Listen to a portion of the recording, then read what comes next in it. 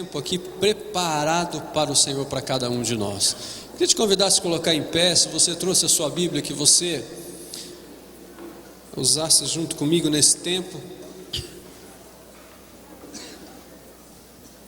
E nós abrimos juntos no Salmo de número 145.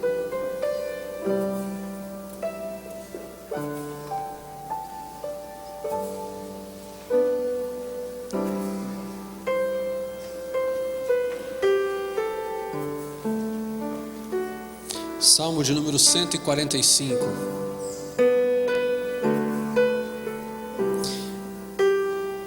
Esse salmo ele é um hino ao Senhor, aquilo que reflete a gratidão a um Senhor poderoso. Por isso que todo salmo vai falar sobre isso, todo salmo vai falar da confiança, da segurança e das certezas que temos quando estamos em Cristo Jesus, estamos firmados no Senhor na nossa vida. Esse salmo diz assim: eu te exaltarei, meu Deus e meu Rei, bendirei o teu nome para todo sempre, e todos os dias te bendirei e louvarei o teu nome para todo sempre. Grande é o Senhor e digno de ser louvado, a sua grandeza não tem limites. Uma geração contará a outra geração a grandiosidade dos teus feitos. Eles anunciarão os teus atos poderosos, proclamarão o glorioso esplendor da tua majestade, e meditarei nas maravilhas que fazes. Anunciarão o poder dos teus feitos temíveis, e eu falarei das tuas grandes obras. Comemorarão a tua imensa bondade e celebrarão a tua justiça. O Senhor é misericordioso e compassivo, paciente e transbordante de amor. O Senhor é bom para todos, e a sua compaixão alcança todas as suas criaturas. Rendam-te graças todas as tuas criaturas, Senhor, e os teus fiéis te bendigam. Eles anunciarão a glória do teu reino e falarão do teu poder, para que todos saibam dos teus feitos poderosos e do glorioso esplendor do teu reino. O teu reino é eterno e o teu domínio permanece de geração em geração. O Senhor é fiel em todas as suas promessas e é bondoso em tudo o que faz. O Senhor ampara todos os que caem e levanta todos os que estão prostrados. Os olhos de todos estão voltados para ti, e tu lhes dás o alimento no devido tempo. Abres a tua mão e satisfazes os desejos de todos os seres vivos. O Senhor é justo em todos os seus caminhos e é bondoso em tudo o que faz. O Senhor está perto de todos os que o invocam, de todos os que o invocam com sinceridade. Ele realiza os desejos daqueles que o temem, ouve-os gritar por socorro e os salva. O Senhor cuida de todos os que amam, mas a todos os ímpios destruirá. Com os meus lábios louvarei o Senhor. Que todo ser vivo bendiga o seu santo nome para todo sempre. Amém. Palavras do Senhor para esse tempo aqui na minha vida e na sua vida. Mas que também não sejam só palavras do que nós lemos, que sejam palavras do teu coração ao Senhor essa noite. Quando nós lemos aqui que com os meus lábios louvarei ao Senhor, eu quero te convidar a fechar os teus olhos e realmente a palavra não ser só o que foi lida, mas ser aquilo que é o desejo do teu coração, e falar assim: Senhor, com os meus lábios quero exaltar ao Senhor essa noite. Com os meus lábios quero glorificar o Senhor. Quero me alegrar diante do Senhor. Quero colocar todos os meus desejos do coração diante do Senhor. Mas principalmente, quero ouvir a tua voz falando comigo essa noite. Amém? Faça a sua oração pessoal. Vou deixar você alguns minutos se colocar diante do Senhor nesse tempo.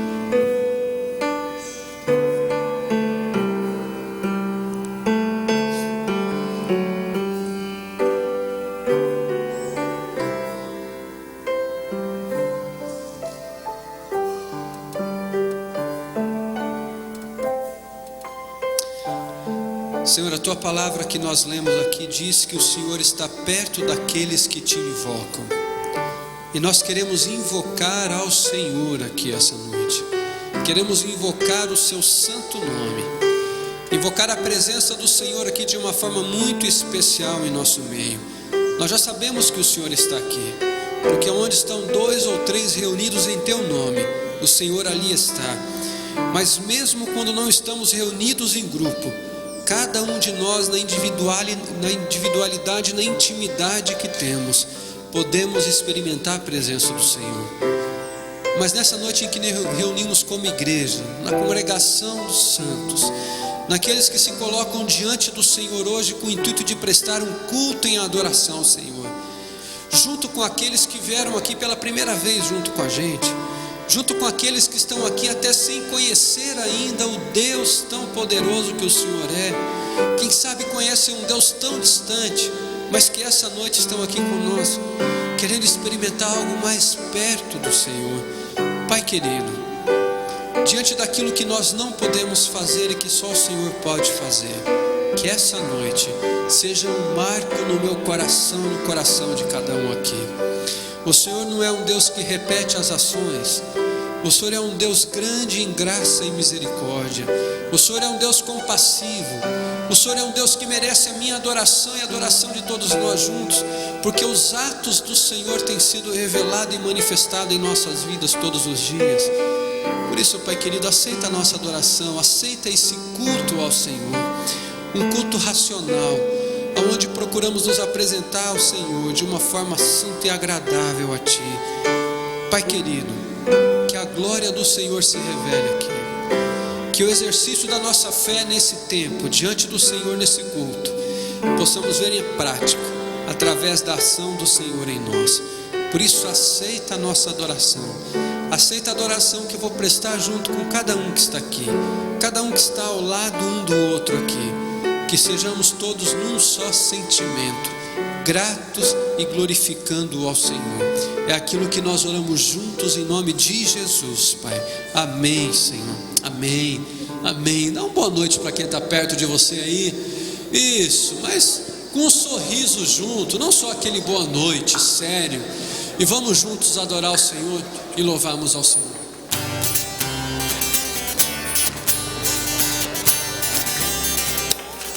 Isso, não precisa nem começar a cantar ainda não. Dá uma boa noite aí, dá tempo de você cumprimentar mais gente aí e de juntos nós celebrarmos ao Senhor e falarmos ao Senhor aquilo que Ele é para nós, celebrarmos o seu santo nome, glorificarmos por tudo que Ele tem feito. Amém?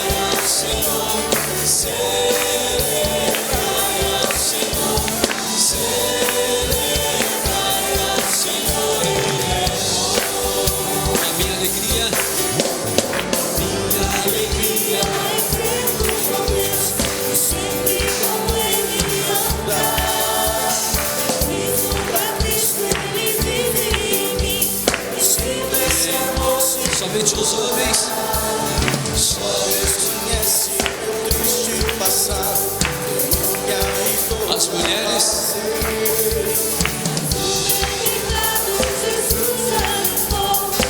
quando a Ele, todos nós juntos vamos cantar ao Senhor. Deus cantar, celebrai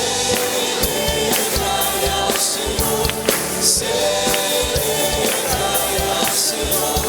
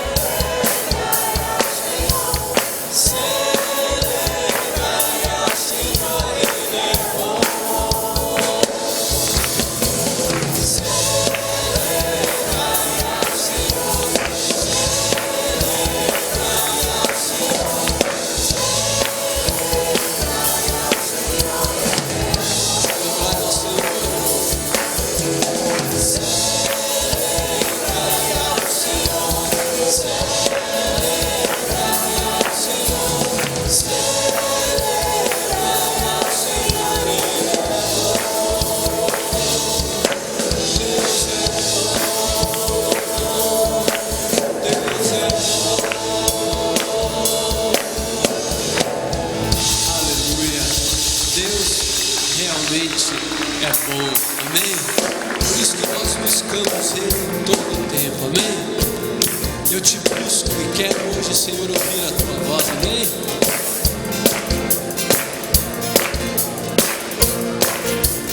Eu te busco, te procuro,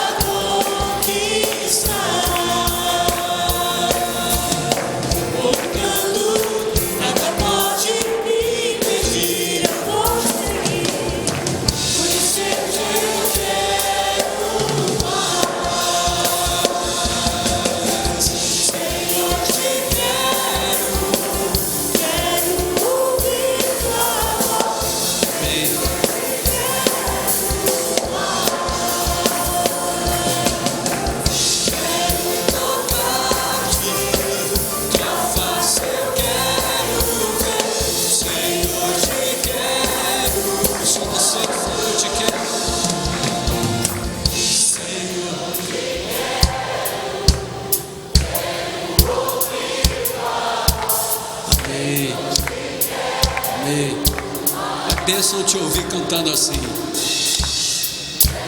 Dizer-te, quero tocar-te, Senhor.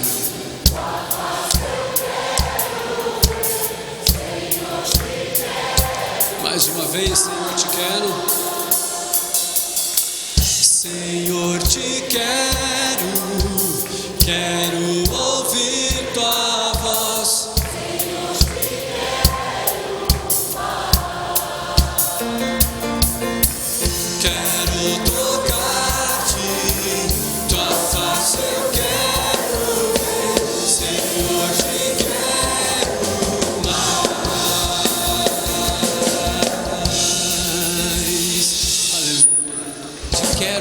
A todo tempo, amém? Por isso eu te desejo cada vez mais. Pode dar dó maior para mim, né? Reina em mim com teu poder.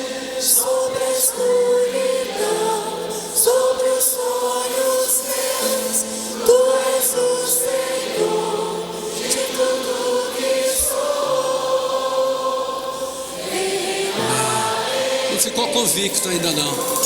Reina, diga com convicção da sua alma. Reina mesmo, Senhor, sobre a escuridão, sobre os meus sonhos. De tudo que sou, vem reinar em mim, Senhor.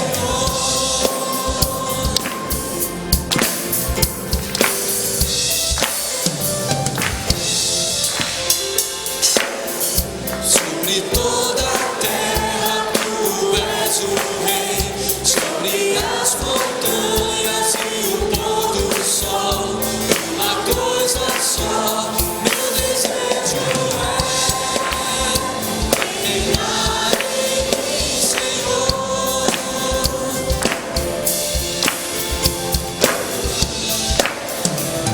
Sobre o meu pensar, sobre o meu pensar, tudo que eu falar, faz-me refletir a beleza que há em ti. Faz-me tudo aqui.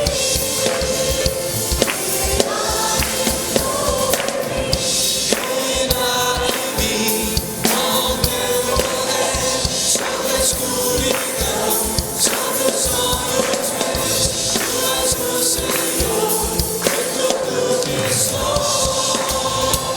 Reinar em mim, Senhor.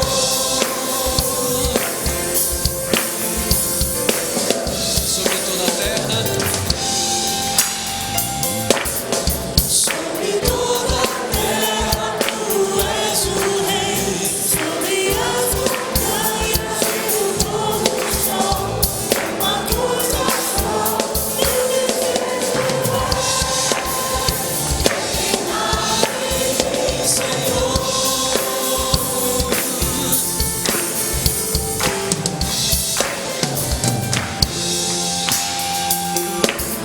Sobre o meu pensar, tudo que eu falar, faz-me refletir a beleza que há em ti.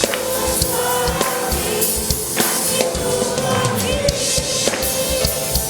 Reinar em mim, reinar em mim, com teu poder, sobre a escuridão, sobre os olhos meus, tu és o Senhor, de tudo que sou.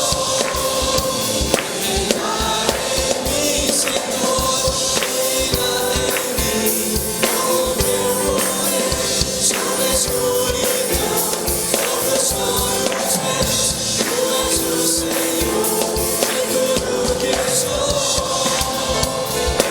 Reinar em mim, Senhor,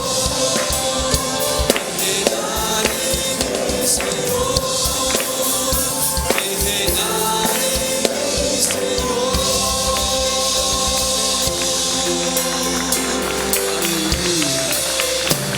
Amém. Que o Senhor venha reinar sobre a nossa vida. Amém. Você pode se assentar. Continua com o teu coração aberto para aquilo que Deus também tem para a sua vida durante todo o tempo de culto. Amém.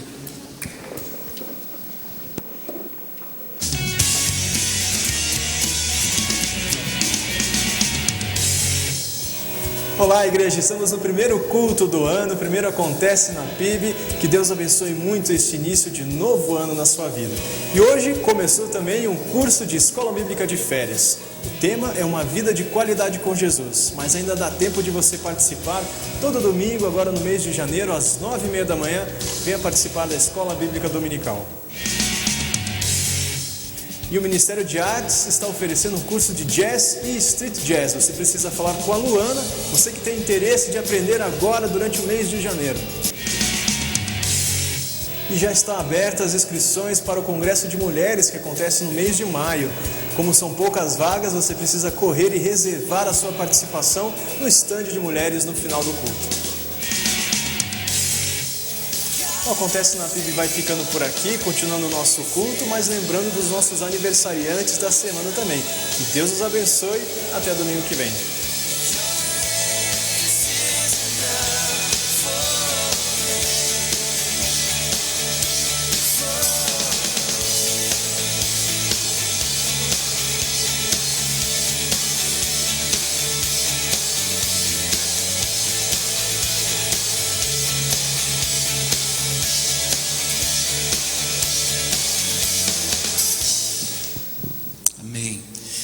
Nós temos aqui alguns motivos de oração.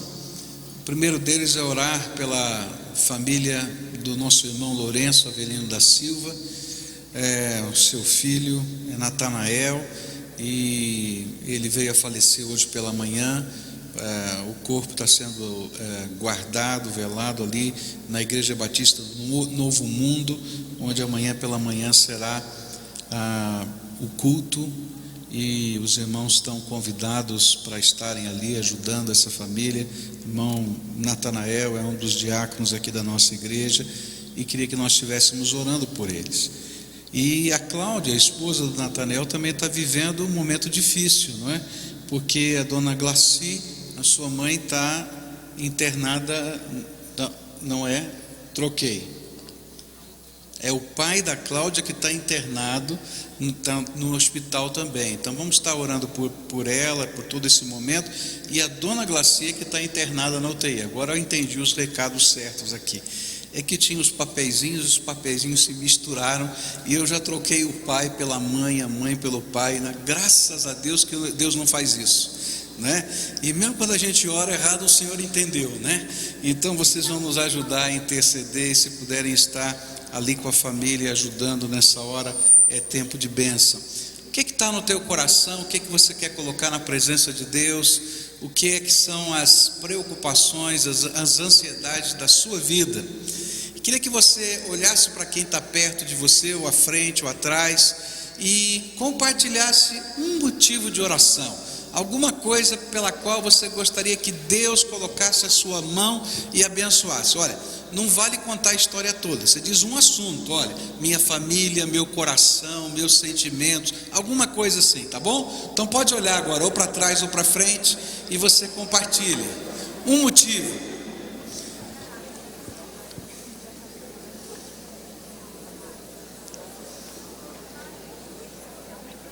Ok? Simples, né? Agora é o seguinte, segunda coisa que eu quero conversar com você.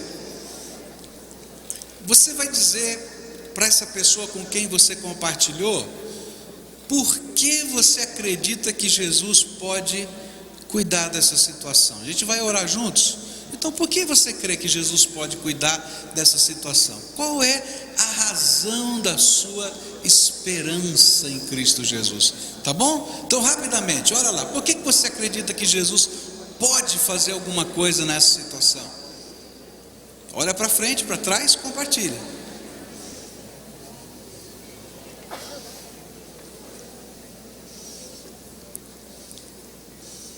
Conseguiu? Tem pelo menos uma razão? Tem? Tem muitas, né?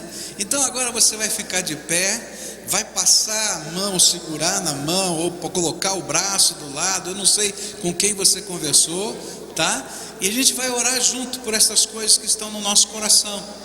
E a gente vai pedir a esse Senhor Todo-Poderoso que ministre na nossa vida. Eu estava orando agora há pouco e eu queria uma palavra de Deus, uma resposta no meu coração. Você já orou assim, né? Senhor, eu preciso ouvir a tua voz, eu não estou conseguindo ouvir, eu queria que o Senhor ministrasse na minha vida. E eu estava ficando chateado já, porque eu não conseguia entender o que Deus estava falando. E às vezes acontece isso. E aí eu comecei a ler um trechinho da Bíblia. E sabe aquelas horas que o Espírito Santo de Deus vem e ministra no nosso coração? E eu li aquele trechinho da Bíblia que fala que Jesus estava no barquinho e ele estava dormindo, e tinha uma tempestade acontecendo, e os discípulos começaram a ficar desesperados, e eles foram lá acordar a Jesus e disseram assim: Senhor, não te importas que estejamos perecendo? E aí o Senhor Jesus vai, repreende o mar e repreende as ondas, e olha para eles e diz assim: vocês ainda não têm fé? E eu vou contar um segredo para você. Eu estava orando e 2 vezes em 2 evangelhos diferentes Deus me mostrou esse mesmo texto. E de repente eu comecei a entender, falei assim: Deus, às vezes o teu silêncio não representa que o Senhor não está presente. Às vezes o teu silêncio não representa que o Senhor não se importa. Às vezes o teu silêncio não representa que na hora certa e no momento exato o sossegai poderoso da tua boca vai ser proferido.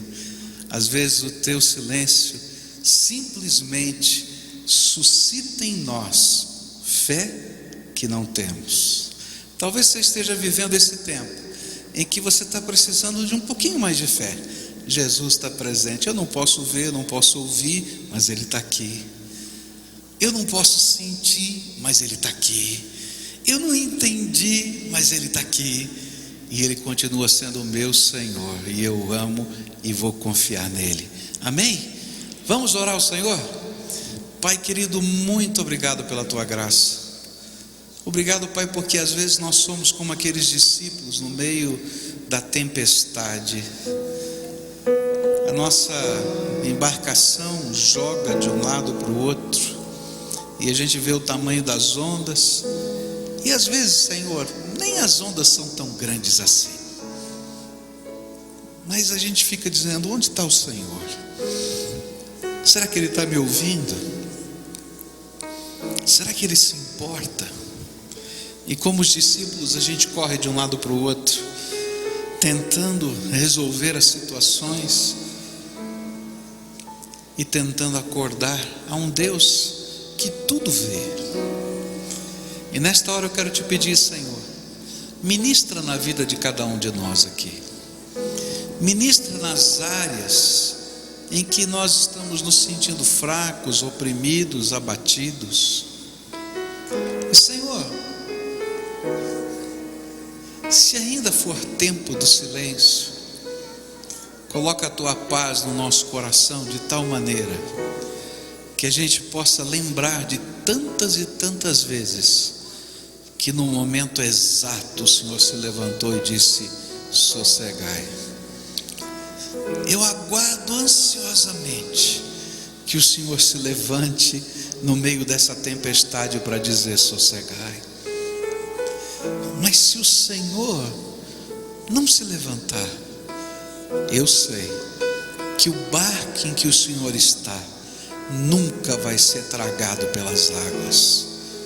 Por isso, Senhor, eu vou descansar naquele que é Senhor do céu, da terra e do mar. Obrigado, Senhor, porque Tu és o meu Senhor e o Senhor desse povo que está aqui. Quero Te glorificar, Senhor, e quero Te pedir: estende a Tua mão de poder e abençoa agora. Estende a Tua mão de graça e toca a nossa vida, e que nós possamos ter a convicção de que o Senhor é o Deus Todo-Poderoso. Bendito seja o nome do Senhor. Amém e amém. Amém? Nós vamos adorar a Deus juntos agora. Conhece? Canta com a gente. Sobre a tempestade eu voarei, sobre as águas Tu também és rei. Descansarei, pois sei que és Deus. Está muito tímido, vamos voltar? Vão e o mar se erguendo. Você acredita nisso? Então canta. Sobre a tempestade eu voarei, sobre as águas Tu também és rei. Descansarei, pois sei que és Deus.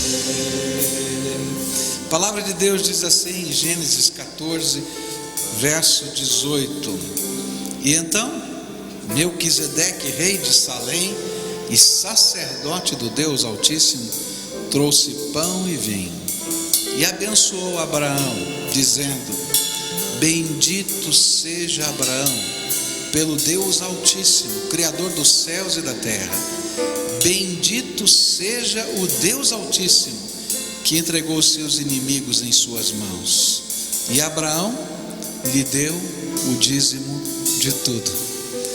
Essa é a primeira vez na Bíblia em que a expressão dízimo aparece, e ela aconteceu como um ato espontâneo de prazer e adoração. sacerdote, que a gente não sabe a linhagem. O livro de Hebreus nos diz que é um tipo ou uma figura de Jesus, que vem trazendo pão e vinho, à semelhança do que Jesus trouxe aos seus discípulos na ceia do Senhor. Vem e abençoa a Abraão, servo de Deus, e ele sabe que aquilo é bênção de Deus sobre ele, e então ele vai e recolhe tudo que ele tinha, a 10ª parte, e consagra ao Senhor nas mãos daquele sacerdote, em adoração ao Deus que sempre o havia abençoado. E é isso que nós vamos fazer agora, adorando, cantando. E se você se sente como Abraão, alguém que Deus tem abençoado sempre, com a graça, com a misericórdia, e sente a mesma coisa que Abraão, o desejo de adorar a Deus com seus bens, devolvendo a 10ª parte de todas as coisas, então voluntariamente, prazerosamente, você sai de onde você está, vem aqui à frente e adora ao Senhor. Cantemos e adoremos ao Senhor.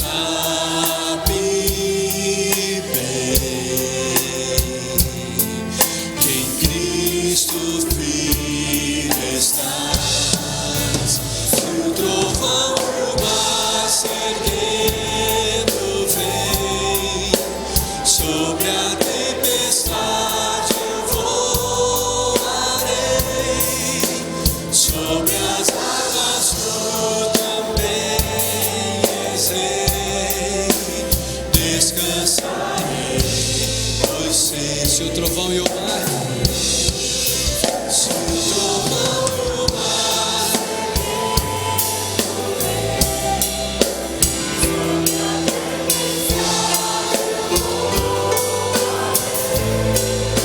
sobre as águas tu também descansarei, pois sei que és Deus. Descansarei, pois sei que és Deus. Mais uma vez, descansarei, pois sei que és Deus.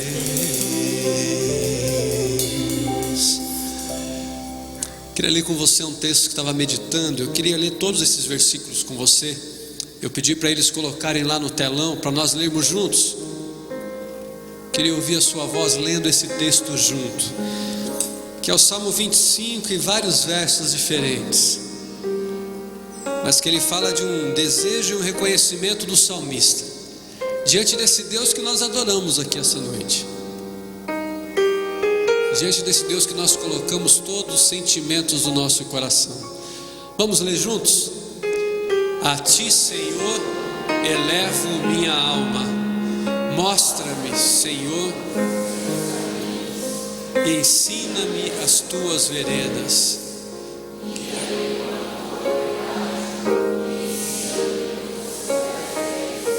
Meu Salvador, e a minha esperança está em ti o tempo todo.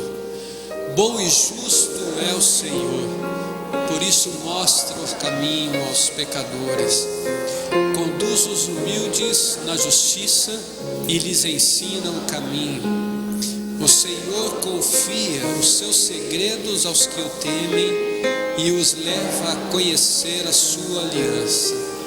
Os meus olhos estão sempre voltados para o Senhor, pois só Ele tira os meus pés da armadilha.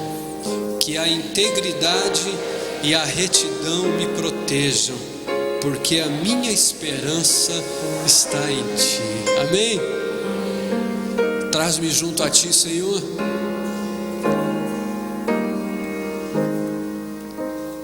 Traz-me junto a Ti, porque é em Ti que eu coloco a minha esperança. Não me deixes ir. Eu entrego tudo a Ti, Entrego tudo a Ti, Senhor. como a gente acabou de ler. Amém? Para desfrutar. Para desfrutar do Teu amor. Amém. És meu bem-querer.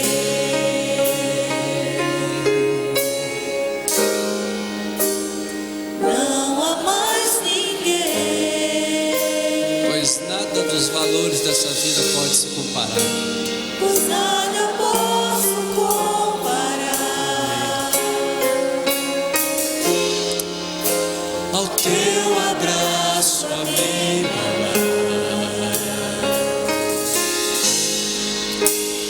Guia-me, Senhor, traz-me junto a Ti.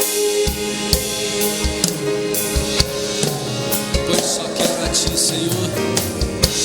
Só quero a Ti. És tudo que eu preciso. Só quero a Ti. Contigo quero estar. Traz-me junto a Ti. Junto a Ti. Não me deixes ir.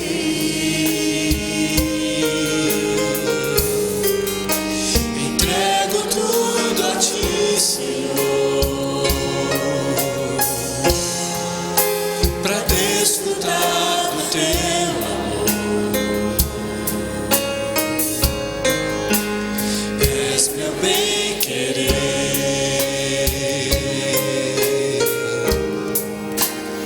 Não há mais ninguém,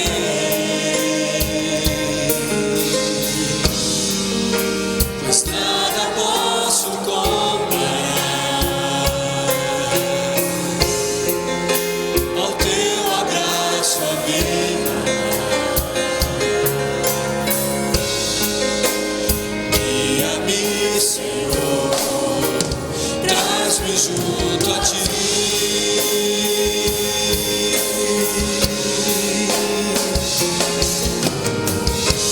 Só quero a Ti.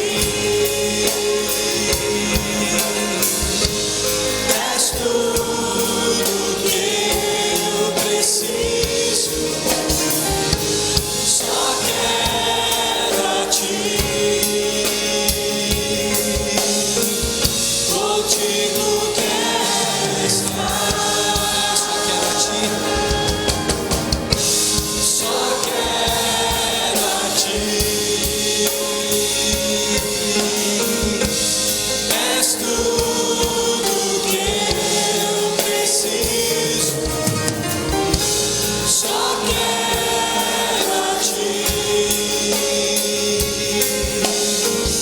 Contigo quero estar. Contigo quero estar.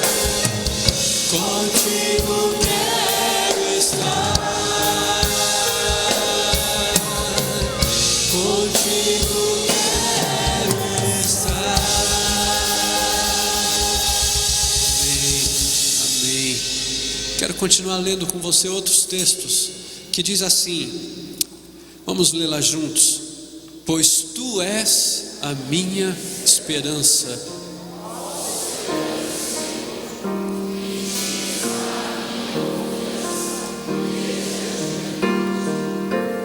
desde o ventre materno.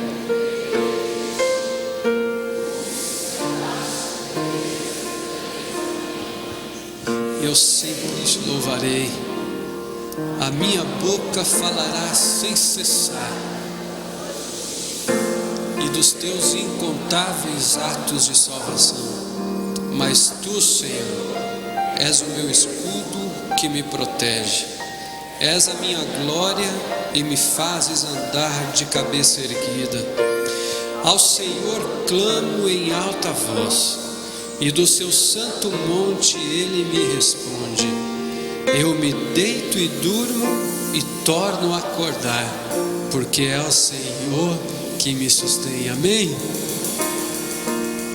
Quem tenho eu além de ti, Senhor? Amém?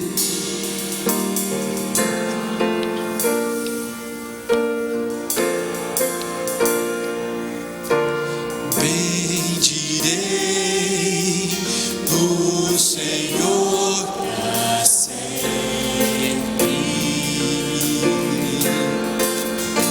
E nele eu sempre confiarei. E Ele por vários momentos me libertou e firma os meus pés na rocha.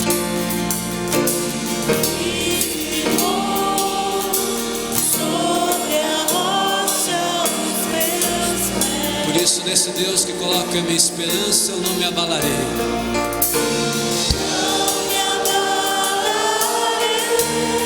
E do Senhor eu direi: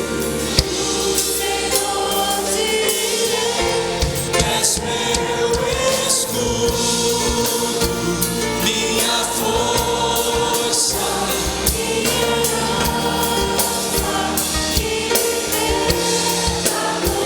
meu refúgio,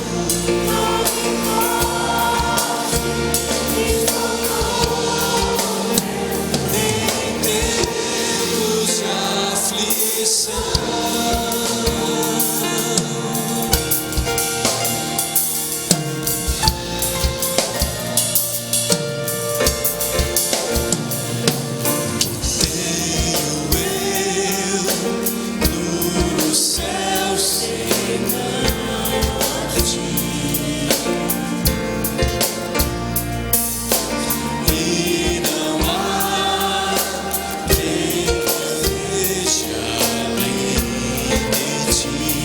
porque o Senhor tem me feito feliz. Tens feito a mim feliz.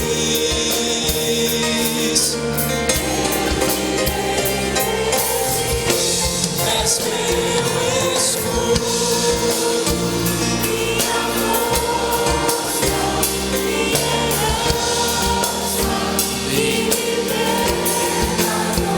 meu refúgio. Tu és meu socorro, Tu és meu socorro, ó Deus, és meu escudo.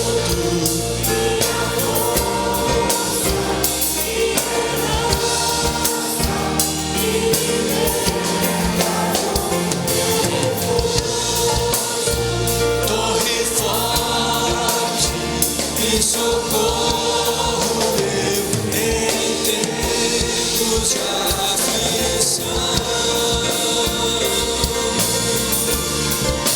amém. Você tem essa segurança no Senhor no meio de orar e falar: o Senhor tem me feito feliz todos os dias. Não são as coisas em quais eu confio, mas é no Senhor.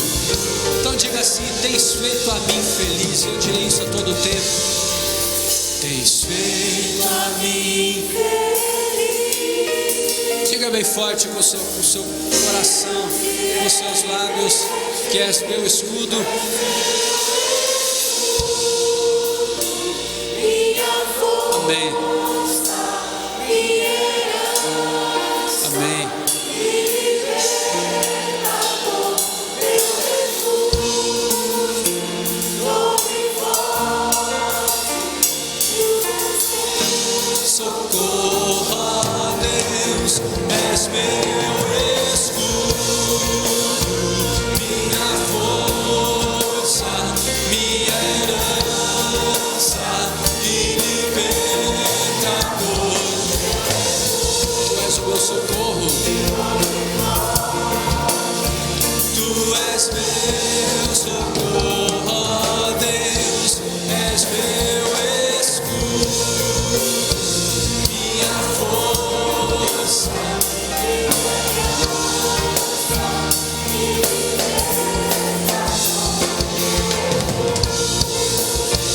Torre forte, corro meu em tempos de aflição.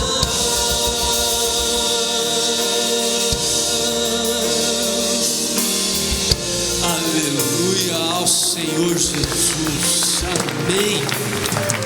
Amém. Em quem nós temos toda a segurança. Amém. Você pode se assentar aqui. Bendito seja o nome do Senhor, nosso refúgio e fortaleza. Hoje pela manhã a gente estava estudando Eclesiastes capítulo 9, onde falamos um pouquinho sobre as ferramentas que às vezes queremos usar para controlar a nossa vida, para nos dar estabilidade. E o pregador naquele texto vai dizendo para a gente que estas ferramentas sempre serão impotentes.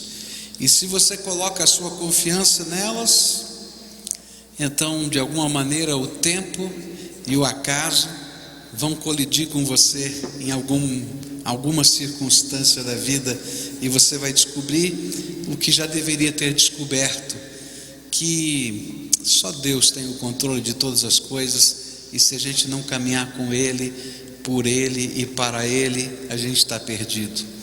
Eu queria continuar pensando nessas ferramentas que nós usamos para tentar dar certa estabilidade à vida, e nas quais colocamos também a nossa confiança e a nossa esperança, sem querer ou querendo de fato, sem perceber ou percebendo de fato. Abra sua Bíblia no livro de Salmos, no Salmo 33, e eu queria meditar nos versículos 16 e 17 desse texto.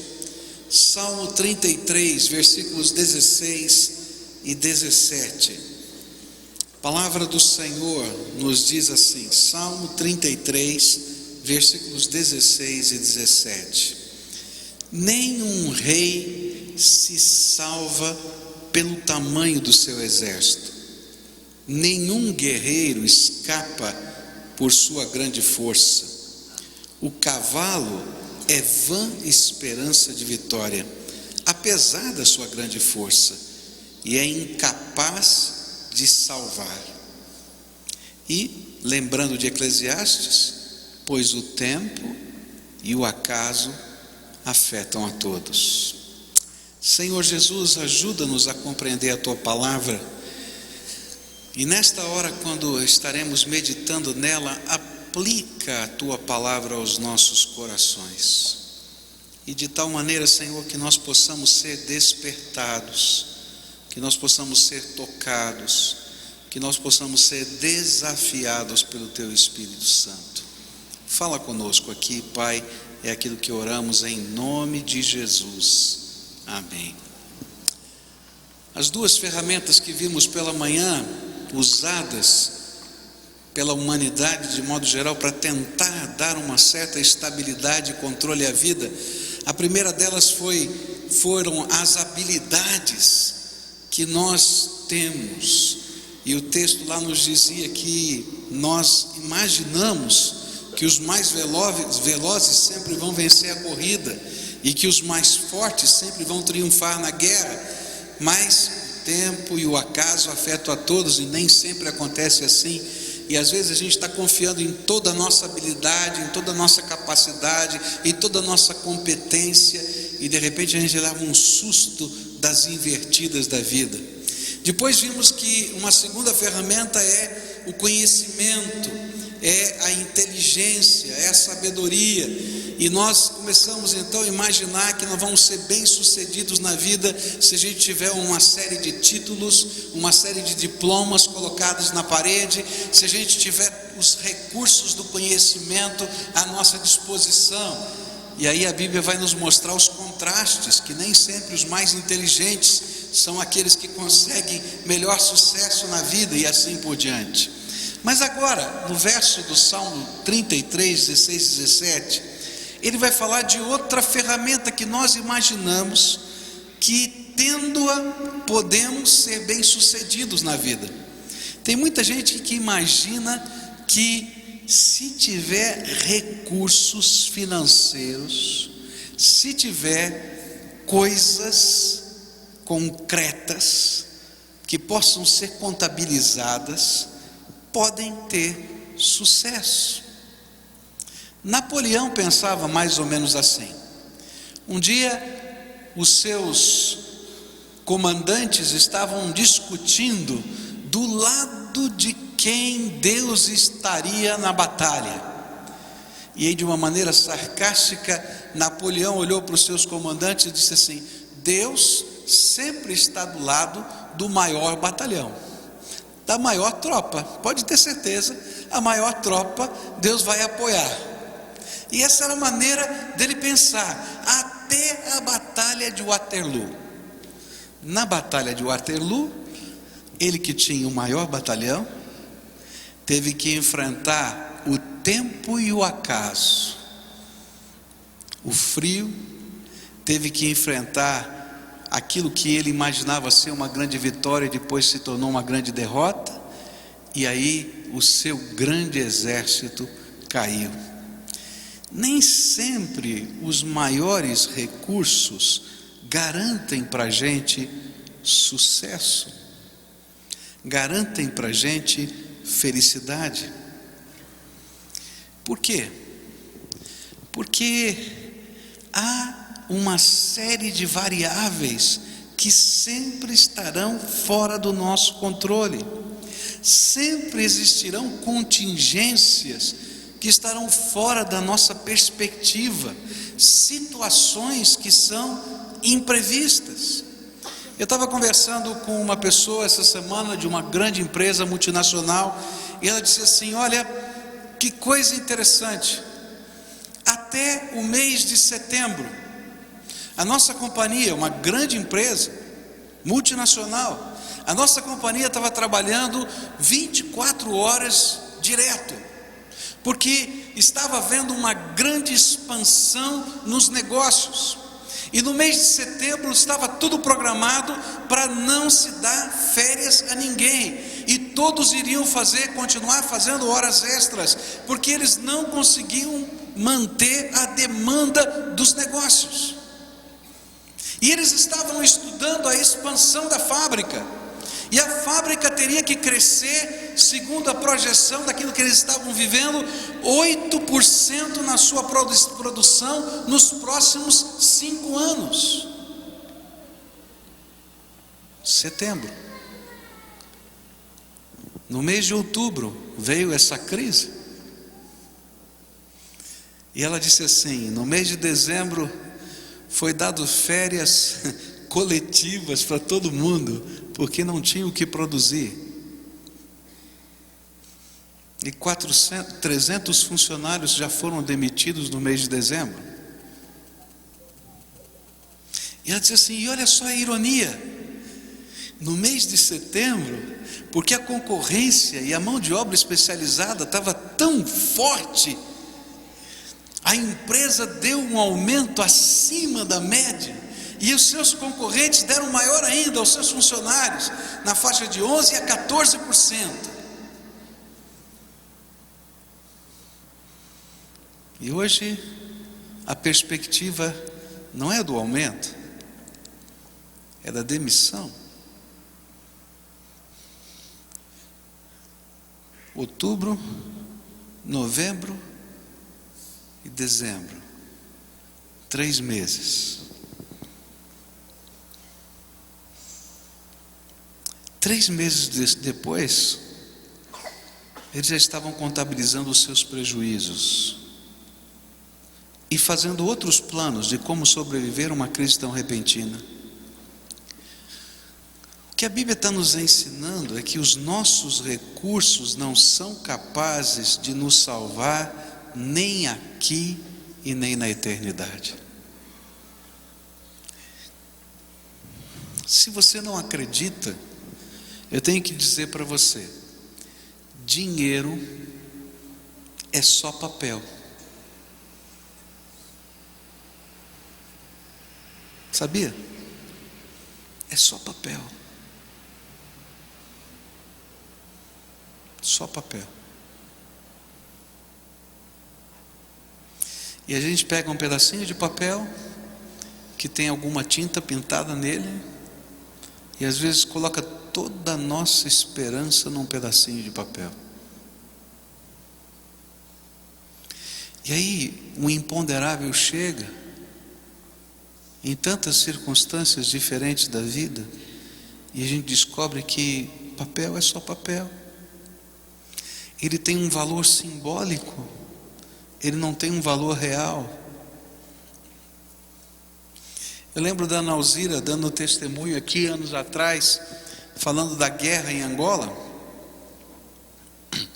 e dizendo da sua cidade, que ficou cercada pelas tropas, e bem no meio do conflito, e os dois exércitos estavam tentando tomar posições, e o povo encurralado naquela cidade, e aí muitos tentavam fugir, e ela disse assim: olha, os carros mais luxuosos estavam jogados pela rua, porque não tinha gasolina,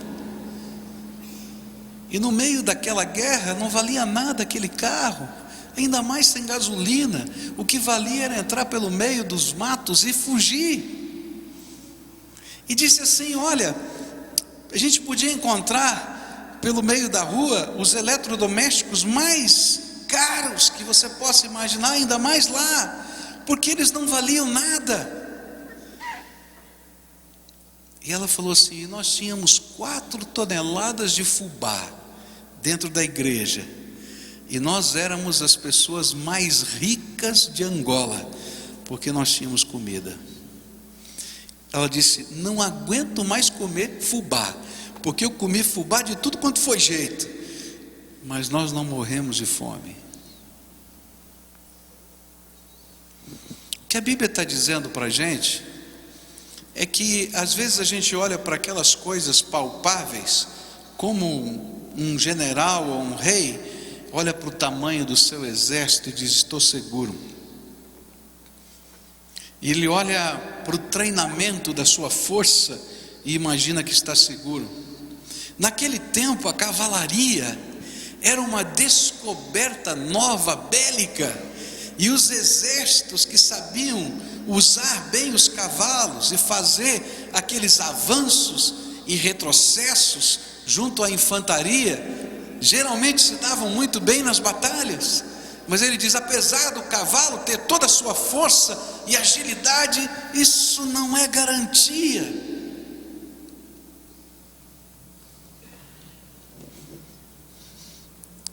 O exército de Faraó foi atrás do povo de Israel, um bando de escravos. Escravo não usa espada, escravo não tem lança. Eles eram um bando de escravos, sem armas. E ele vai com as suas bigas e os seus aparatos de guerra do exército mais poderoso do mundo. Mas o Senhor era com aquele povo que não tinha espada e não tinha lança. Abre o mar vermelho, eles passam a pé enxuto, e os soldados de Faraó corajosos entram pelo meio das águas abertas, perseguindo Israel. Mas o tempo e o acaso, ou o desígnio de Deus, fizeram com que todos eles ficassem no fundo daquele mar, com todo o seu exército. O que a Bíblia está tentando dizer é que algumas dessas ferramentas em que nós colocamos a nossa esperança, elas não têm valor real. Elas não são a nossa esperança. Se você estiver num naufrágio e tiver um lugar num bote salva-vidas, ainda que todo o dinheiro do mundo lhe seja oferecido para você trocar o teu lugarzinho e ficar boiando nas águas, eu duvido que você queira aquela grana, porque aquela grana não tem valor real. O valor real está na tua própria vida. E é isso que a Bíblia está tentando dizer para a gente. Onde está o valor real? Onde está a nossa segurança? Eu conversei com uma família que veio de Santa Catarina. Ela estava me dizendo que colegas deles passaram vários anos construindo a sua casa, a casa dos sonhos, e terminaram a casa, e para comemorar a construção da casa, a família inteira saiu e foi viajar, e foi para Gramado, no Rio Grande do Sul.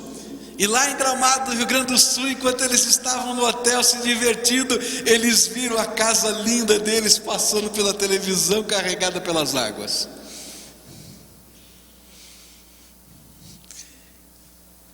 Mas eles disseram tementes a Deus. Você sabe o que eles fizeram? Se abraçaram, dobraram os joelhos e agradeceram: Senhor, obrigado, porque todos nós estamos aqui agora protegidos e guardados pelo Senhor. Mas se a minha esperança tiver nos recursos que eu possuo, ou a minha segurança, então eu vou sempre entrar em desespero. Eu conversava com um assessor, um consultor de empresas, que disse assim: eu tive que viajar esses dias correndo, porque recebi um chamado para atender um dos meus clientes emergencialmente. E ele disse assim: e fui visitar esse meu cliente, e esse cliente estava pensando em se matar, porque ele tinha perdido 40 milhões de reais na Bolsa de Valores. E ele virou para mim e disse assim: sabe, pastor, ele perdeu 40 milhões, mas ele ainda tem 80 e está pensando em se matar.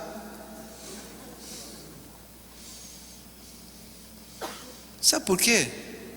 Porque quando a gente perde a perspectiva do que tem valor, a gente abre mão das coisas essenciais, como a própria vida, em torno e em busca de uma ilusão que só tem valor simbólico, representativo e não valor real.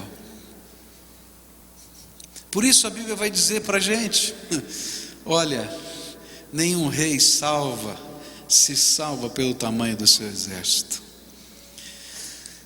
É preciso algo maior, mais forte e menos volátil para sustentar a nossa vida e nos dar a sensação e a certeza de segurança. E eu quero dizer para você que Jesus é a única segurança para hoje e para a eternidade. Sabe por quê? Porque Ele é eterno, e por isso a sua segurança é eterna. E quando a tua segurança está no papel, então eu quero dizer para você que você não tem segurança nenhuma.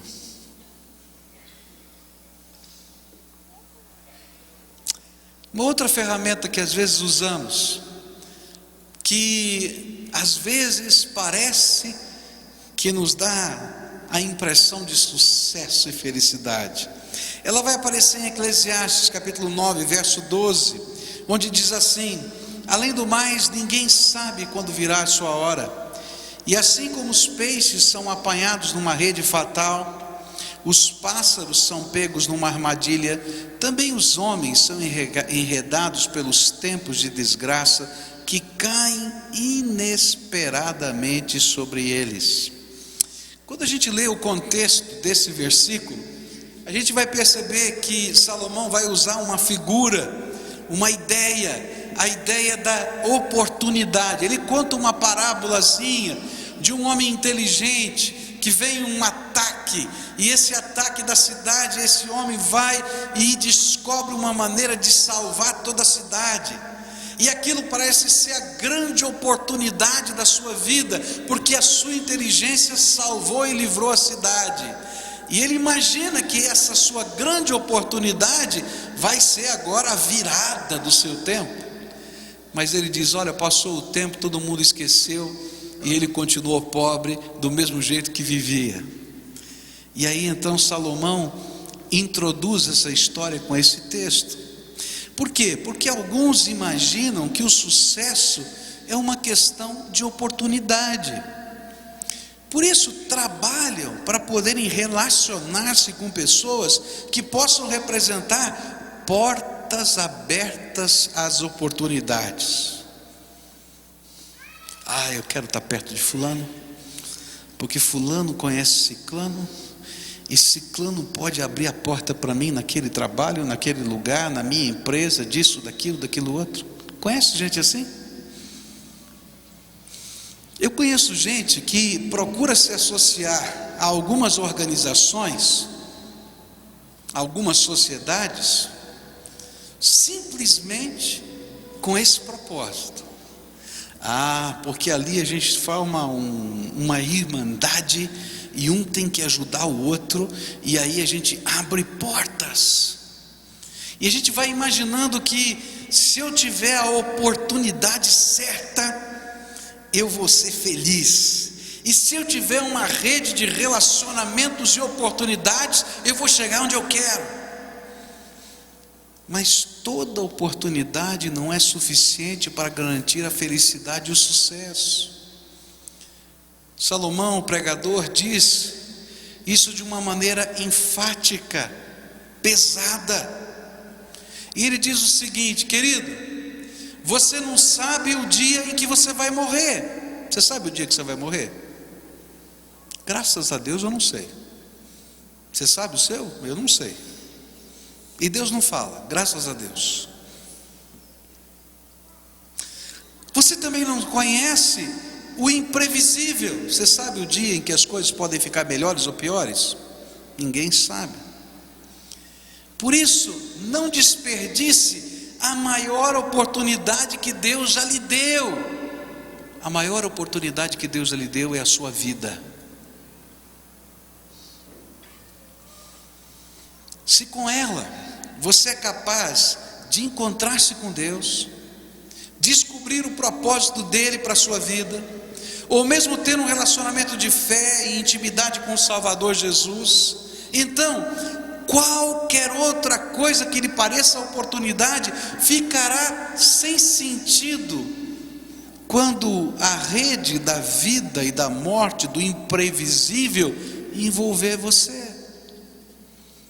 E o pior é que essa rede às vezes precisa passar várias vezes sobre as mesmas pessoas, e mesmo assim não percebem que estão perdendo a verdadeira oportunidade, a sua vida, e estão desperdiçando-a no tempo e nas contingências que nos ajudariam a entender o propósito de Deus para nós, mas que às vezes são deixadas de lado. Quantas vezes Deus trabalha usando as circunstâncias da vida para fazer-nos enxergar que a maior oportunidade que temos não é a oportunidade de um negócio, não é a oportunidade de ficar rico, não é a oportunidade de ter uma casa, não é a oportunidade de construir um nome, de ter sucesso ou de ter aplauso. Mas a maior oportunidade é usar essa vida para poder passar toda a eternidade com Deus eterno. Porque se você tiver tudo isso e perder a sua vida, a oportunidade eterna da sua salvação, então você desperdiçou a maior de todas as oportunidades. E às vezes a gente está tão cego, que a gente passa por uma série de coisas, circunstâncias na vida, que Deus permite que venham, para que os nossos olhos sejam abertos para enxergar que a verdadeira oportunidade é a vida com Deus, é a vida com os nossos queridos, é desfrutar o maior de todos os dons que Deus nos deu. Respira assim, ó. Faz isso, respira fundo, agora solta, outra vez. Gente, esse é o dom da vida que está aí dentro de você.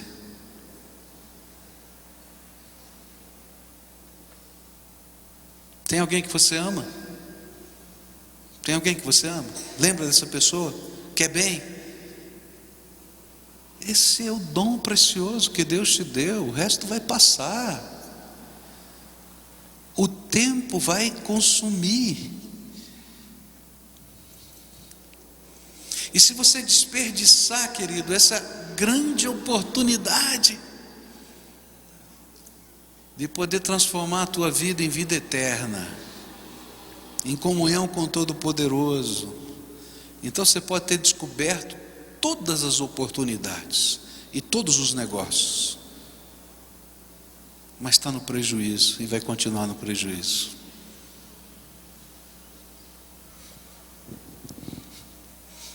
Deus te deu a maior de todas as oportunidades. Por isso a segurança, o sucesso e a felicidade se encontram na oportunidade que Deus está nos dando através de Jesus Cristo, de sermos seus filhos, de morarmos na sua casa e de herdarmos o seu reino. O resto pode parecer oportunidade, mas é somente ilusão. Lucas, as palavras de Jesus escritas em Lucas, tem uma frase que sempre guardo no meu coração. O Senhor decidiu dar a vocês o seu reino. Eu não sei se você consegue entender isso. Quem é Deus? Ele é o Criador, o Todo-Poderoso, o Senhor dos céus e da terra. Existem uma série de metáforas na Bíblia para falar da grandeza de Deus.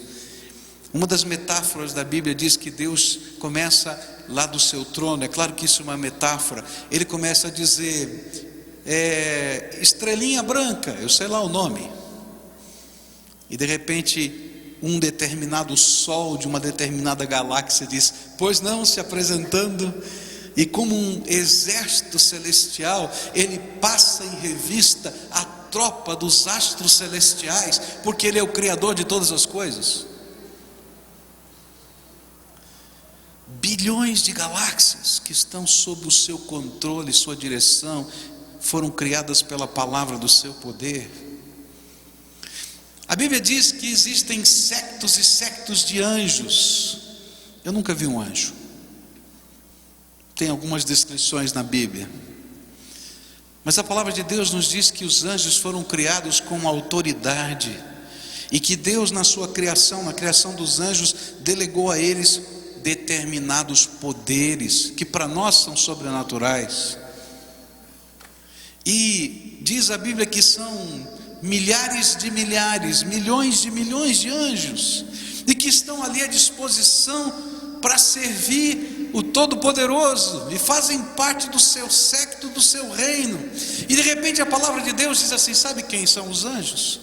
Espíritos ministradores da parte de Deus que estão a seu serviço, porque Deus decidiu dar a vocês o seu reino. Você gosta de tecnologia? Eu gosto. A minha mulher diz que eu sou fanático por botãozinho. Eu vejo o botãozinho, eu fico, oh, que coisa bonita. E quero descobrir como eles funcionam. Agora você pode imaginar a tecnologia do céu? O teu computador vai parecer aquele, como é que era? TK2000. Não é do seu tempo. TK2000. Acho que foi o primeiro que foi vendido no Brasil. TK2000. um Applezinho lá de 1900 e nada, desse tamanho, né? Teu computador, porque a tecnologia do céu é incrível, e Deus está dizendo: escuta, você está perdendo a tua vida para construir alguma coisa, e você não entendeu que eu estou te dando essa vida como uma grande oportunidade de você construir a eternidade comigo, e eu vou dar para você o meu reino. Sabe o que a Bíblia diz? Que quando eu for recebido lá no céu do meu Deus, na eternidade, Deus vai me mandar sentar com Ele, e Ele vai julgar os anjos caídos, e eu vou fazer parte do tribunal, e vou dar o veredito, porque a Bíblia diz que nós julgaremos os anjos. Quanta gente perdendo a oportunidade, a maior oportunidade. Se você tem ouvido alguns pregadores dizendo para você que você foi feito para ficar rico, que se você fizer isso ou aquilo, você vai receber em troca de Deus milhões de reais, eu quero dizer que eles são mentirosos. Porque Deus nos prometeu sim que Ele cuidaria de nós e nos sustentaria, e nós nunca seríamos como aquele que mendiga o pão. Está na Bíblia. Mas Ele disse para nós que Ele está preparando um tesouro que não pode ser medido com coisas que se deterioram, como a prata e o ouro que a ferrugem consome, mas que Ele está nos preparando um tesouro eterno, porque Ele vai nos dar o seu reino. Agora tem muitos que estão procurando a segurança em construir o seu próprio reino aqui na terra, só que o seu reino é tão pequeno que uma crise financeira pode derrubá-lo, uma enfermidade pode fazer você perder a esperança da vida, uma dívida pode fazer você desesperar-se. Graças a Deus, porque a minha esperança está no Senhor, que fez os céus e a terra. E a minha esperança não está na minha força, nem na minha capacidade, mas está naquilo que Deus preparou como propósito eterno para mim. E a minha esperança está no Todo-Poderoso. Por isso, a garantia do sucesso e da felicidade presente e eterno é uma só: o Senhor Jesus como Salvador da nossa vida, o Deus Todo-Poderoso como Senhor do nosso coração, e o Espírito Santo de Deus como guia, a Trindade divina trabalhando no meu coração. É isso que diz o Salmo 33, olha só, diz assim a palavra de Deus, versos 16 a 22: nenhum rei se salva pelo tamanho do seu exército, nenhum guerreiro escapa por sua grande força. O cavalo é vã esperança de vitória, e apesar da sua grande força é incapaz de salvar. Mas o Senhor protege aqueles que o temem, e aqueles que firmam a esperança no seu amor, para livrá-los da morte e garantir-lhes vida, mesmo em tempos de fome. Nossa esperança está no Senhor, Ele é o nosso auxílio, é a nossa proteção, nele se alegra o nosso coração, pois confiamos no seu santo nome. Esteja sobre nós o teu amor, Senhor, como está em ti a nossa esperança. Oh Senhor. Mas olha, essa não é uma promessa do Velho Testamento, essa é uma promessa também do Novo Testamento. E a Bíblia diz, Jesus diz em João 16 verso 33: eu lhes disse essas coisas para que em mim vocês tenham paz. Neste mundo vocês terão aflições, contudo tenham bom ânimo, eu venci o mundo. Vamos dizer todos juntos? Eu lhe disse estas coisas para que em mim vocês tenham paz. Neste mundo vocês terão aflições, contudo tenham ânimo, eu venci o mundo. Onde está a tua esperança?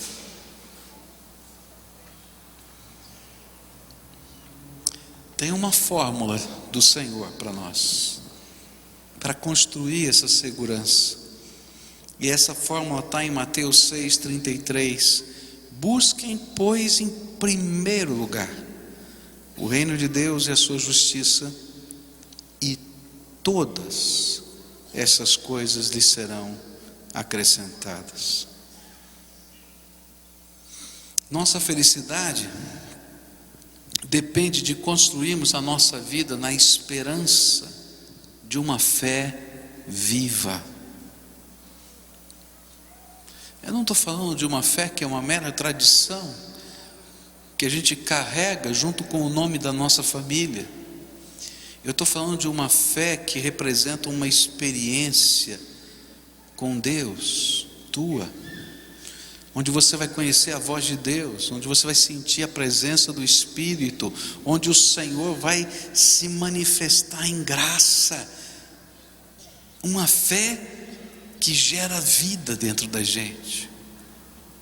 A nossa segurança está numa fé viva que permite a nós vivermos compromissos com esse Deus, de uma comunhão libertadora.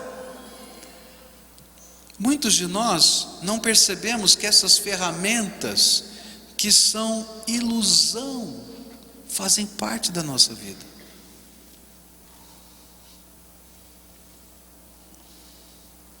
Quem já não teve um sonho de poder? Eu gostaria de chegar a tal lugar, de conseguir tal coisa. Quem nunca sonhou que tinha $1 milhão na sua conta bancária?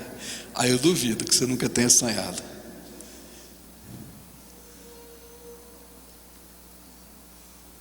Elas fazem parte do mundo em que a gente vive. Mas quando a gente vive uma comunhão com o Todo-Poderoso, essa comunhão nos liberta, e essa comunhão nos transforma e muda os nossos valores.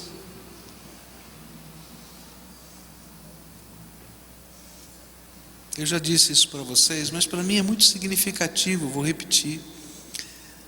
No começo do meu ministério, eu vivi uma crise muito grande com relação à grana. Houve uma assembleia na igreja que eu pastoreava, e eu morava na casa pastoral, na casa que pertencia à igreja, e havia uma decisão que quando a igreja se recuperasse financeiramente, uma reforma que tinha sido feita seria concluída. E aí então o relator daquela comissão se levantou e disse: bom, agora nós estamos bem, vamos terminar a reforma, falta pouca coisa, vamos colocar o box no banheiro do pastor e assim por diante. E por causa daquele box, deu tanta confusão naquela assembleia, um box que eu não tinha pedido, que eu não tinha falado nada, mas deu uma brigaiada tão grande, põe o box, tira, faz, não faz, aquela coisa toda. E eu fiquei tão chateado com aquilo que eu falei assim: sabe uma coisa, esse negócio de ser pastor é legal, mas eu não quero mais ser sustentado pela igreja. Eu vou arrumar um negócio. E aí eu fiquei pensando, como é que eu vou arrumar um negócio? E fiquei pensando e descobri um negócio. E eu pensei, bom, eu compro um negócio e boto a minha mulher para trabalhar, está resolvido.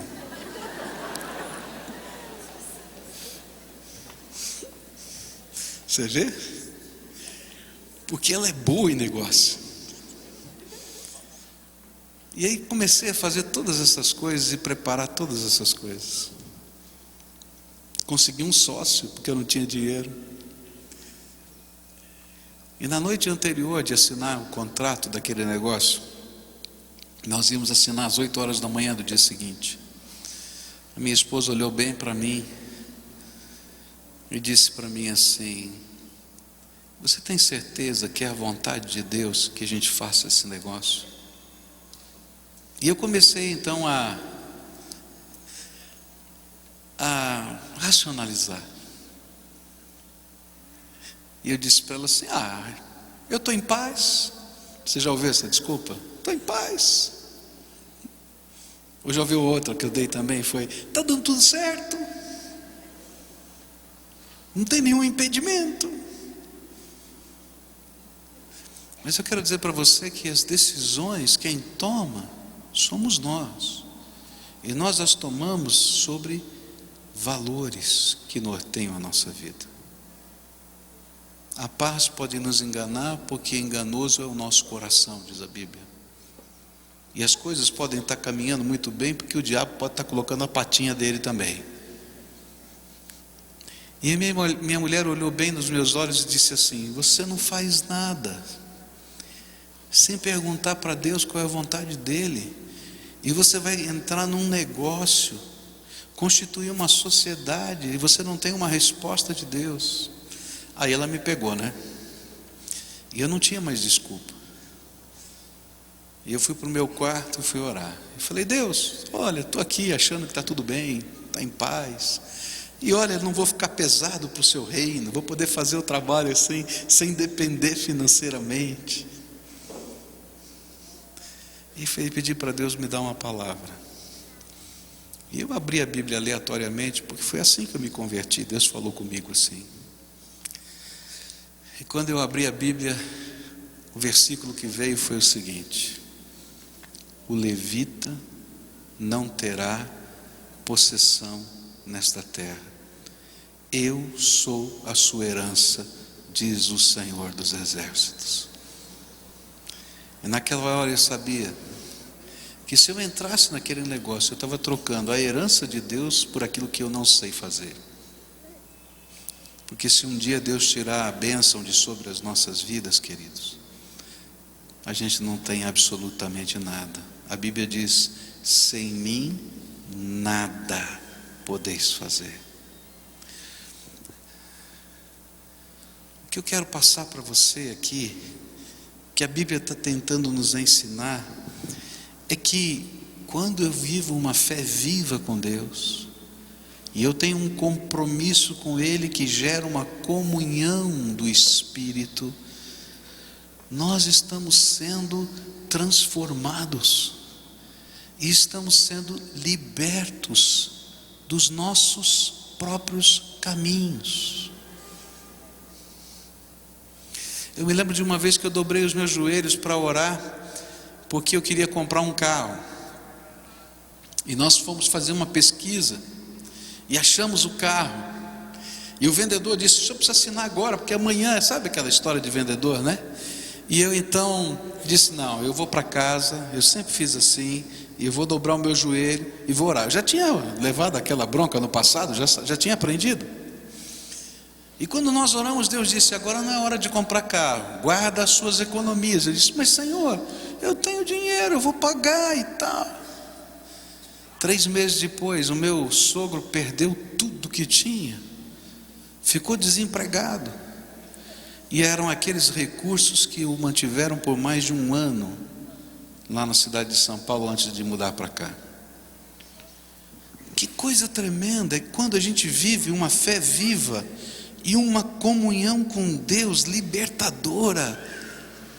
O tempo e o acaso estão a nosso favor, porque aquele que controla o tempo e o acaso é o Senhor da nossa vida, e Ele não pode ser surpreendido. Agora, se você quer viver sozinho, vai vivendo, porque você não controla nem o tempo nem o acaso. E mais, o que a Bíblia está dizendo é que quando essa fé viva, esse compromisso com Deus, essa comunhão libertadora vai acontecendo, valores da palavra de Deus começam a ser enraizados no nosso coração, e nós começamos a entender o sentido da nossa vida. Meu querido, o sentido da tua vida não é ter mais uma casa, não é ter mais um carro, ou de ter mais um título, ou deixar uma herança. O sentido da tua vida é cumprir o propósito que Deus tem para você aqui e para a eternidade. E enquanto você não entender isso, você vai bater cabeça para tudo quanto é lado. Agora, quando os valores de Deus estão enraizados, a nossa fé é viva. Eu posso estar fazendo qualquer coisa, eu posso ser qualquer profissional, em qualquer lugar da terra, que eu vou ser instrumento da graça de Deus onde eu estiver, porque eu estou cumprindo o propósito de Deus para a minha vida. E sabe o que é tremendo? É que ninguém pode roubar isso da gente, nem o tempo e nem o acaso. O tempo não será mais o nosso limitador, pois em Cristo Jesus nós passamos a experimentar não mais o tempo, mas a eternidade. E é por isso que Paulo dizia assim: para mim o viver é Cristo, e a morte é meu lucro. Por quê? Porque a minha vida tem um propósito, e enquanto eu estiver aqui, eu vou estar servindo o Deus vivo. E quando eu sair daqui, a minha vida não acabou, porque eu vou me assentar do lado do Todo-Poderoso para julgar os anjos e para tomar parte dos propósitos eternos que nem me foram revelados, eu nem sei quais são. Agora você quer trocar tudo isso por papel? Tem gente fazendo isso. A Bíblia diz que a morte não é mais a nossa derrota, pois estaremos com Ele por toda a eternidade, e assim a vida passa a ser apenas a introdução ou o prelúdio da eternidade. E o nosso sucesso deixa de ser medido no tempo e passa a ser a adequação ao propósito eterno de Deus em nossa experiência. E o acaso? Bem, o acaso para aquele que teme ao Senhor passa a ser providência, porque está no controle de Deus, porque Deus tem o controle de todas as coisas, ainda que elas não sejam imprevisíveis, elas não são para Deus. Algumas vezes Deus vai me avisar, outras vezes elas me surpreenderão, mas elas não tirarão de mim a confiança, pois eu sei que meu Pai continua no controle. Por isso, tempo e acaso, para quem teme a Deus, passa a ser recurso do nosso Senhor para a nossa bênção. E é isso que diz Romanos 8, verso 28. Sabemos que Deus age em todas as coisas para o bem daqueles que o amam, dos que foram chamados de acordo com o seu propósito. Na outra versão diz, todas as coisas contribuem para o bem daqueles que amam a Deus e que agem segundo o seu propósito. Nessa noite eu queria desafiar você, primeiro domingo do ano.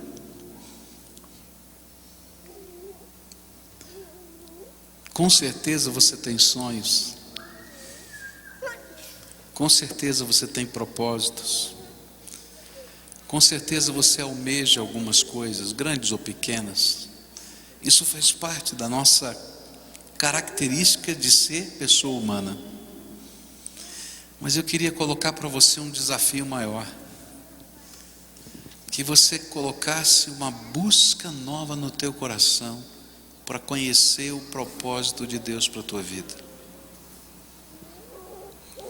Que ao invés de tentar descobrir uma ferramenta nova para controlar as situações que estão à sua volta, você possa se colocar integralmente nas mãos do Todo-Poderoso, porque Ele sim tem o controle no céu e na terra e para toda a eternidade. E se você está com medo do tempo, E se você está com medo do acaso, do imprevisível, lança a tua vida, o teu coração, a tua alma, os teus sonhos nos braços do Todo-Poderoso, porque Ele já tem o controle de todas essas coisas. Eu quero propor a você um estilo de vida diferente. Você vai trabalhar, porque a Bíblia diz que quem não trabalha, não come. Mas você vai consagrar o teu trabalho para Deus. E você vai dizer: Senhor, eu quero ser um servo teu no trabalho em que eu estou. Quero ser instrumento da tua graça aqui e cumprir o propósito do Senhor aqui nesse lugar. Você vai sustentar a sua casa, mas o teu alvo não é construir alguma coisa faraônica, é simplesmente investir a tua vida no propósito de Deus. E você vai descobrir uma coisa: cada vez que você investe a sua vida no propósito de Deus, Deus investe graça e misericórdia nos pequenos propósitos da gente, nos pequenos sonhos que a gente tem. Sabe por quê? Porque eles não se tornam mais perigos de desvio na nossa existência, de perder o foco, de perder a direção.